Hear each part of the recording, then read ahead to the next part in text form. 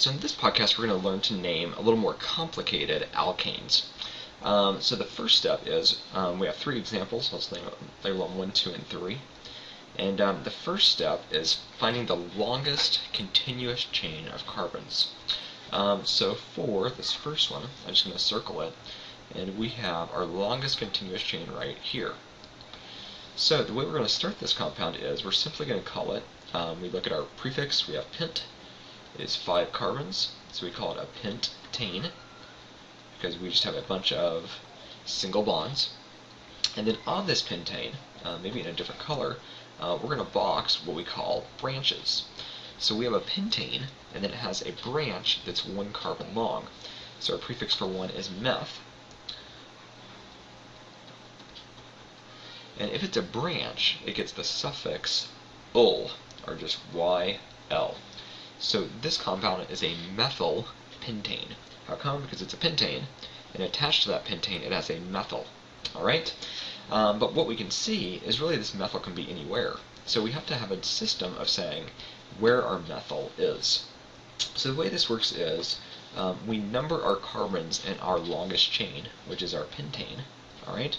So I'm going to say this is carbon number 1, this is carbon number 2, this is carbon number 3, this is carbon number 4, and this is carbon number 5. Because these molecules exist in 3 dimensions, left and right doesn't mean anything. So what I'm also going to do, I'm just going to do this in gray, the carbon on our right could be our carbon number 1, and then carbon number 2, carbon number 3, carbon number 4, and carbon number 5. So we're going to choose whichever number gives us the lowest numbered carbon. So using our green numbers, going from left to right, we see that our branch, okay, this one right here, is on carbon number 2. Going from right to left, it's on carbon number 4. So I'm going to choose my lowest number. So really what I have is a 2-methyl pentane. And anybody in the world wouldn't know exactly what molecule you're talking about if you name it this way. So for example 2, again we're going to circle our longest chain, and we have probably just this one right here in the middle is our obvious one, but I can also go right down here. Alright? And notice this is 1, 2, 3, 4, 5, 6, 7, or if I went straight across it would be 7. So either one is our longest chain, and either one's going to give us the same name. So in this case I have 7 in a row, so I have a heptane, because I have 7, which is my prefix for 7 carbons, and I have all single bonds, and ane is my suffix if I have single bonds. So in this case, I'm going to kind of square my branches again, and I have a 1 carbon branch this time, and I have a 2 carbon branch this time. So this one right here is a methyl branch, because it's 1 carbon long, and down here I have an ethyl branch. Okay? The way this works over here is we just go in alphabetical order. So I'm going to put my ethyl first, and then after my ethyl I'm going to put my methyl. So I have an ethyl, methyl, heptane. No, I'm not making this up. The organic compounds are very fun to say. So just like last time, we need to number our carbons. So if I start from left to right, I have carbon number 1, carbon number 2, 3, 4, 5, 6, 7. And if I go in gray from right to left, I have carbon number 1, carbon number 2, carbon number 3, carbon number 4, carbon number 5, 6, and 7. So if I leave just my gray pen, I see my ethyl is on 3, and my methyl is on 5. With my green numbering, my methyl is on 4, and my ethyl is on 6. So we always go with the lowest numbers, and we can't take one of our green number and one of our gray, so we have to keep both of the numbers.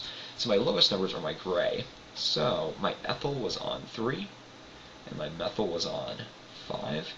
So I really have a 3-ethyl, 5-methyl heptane. And anybody drawing this out is going to draw a heptane. On the 3rd carbon they're going to put an ethyl branch, and on the 5th carbon they're going to put a methyl branch.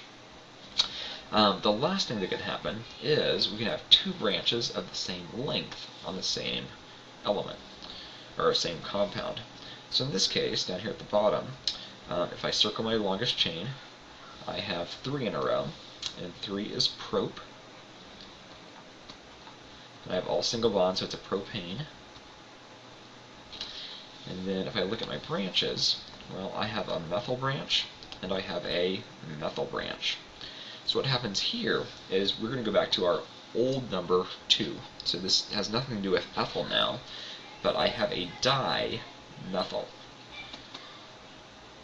Dimethyl propane. And what's the di mean? It means I have 2 methyls.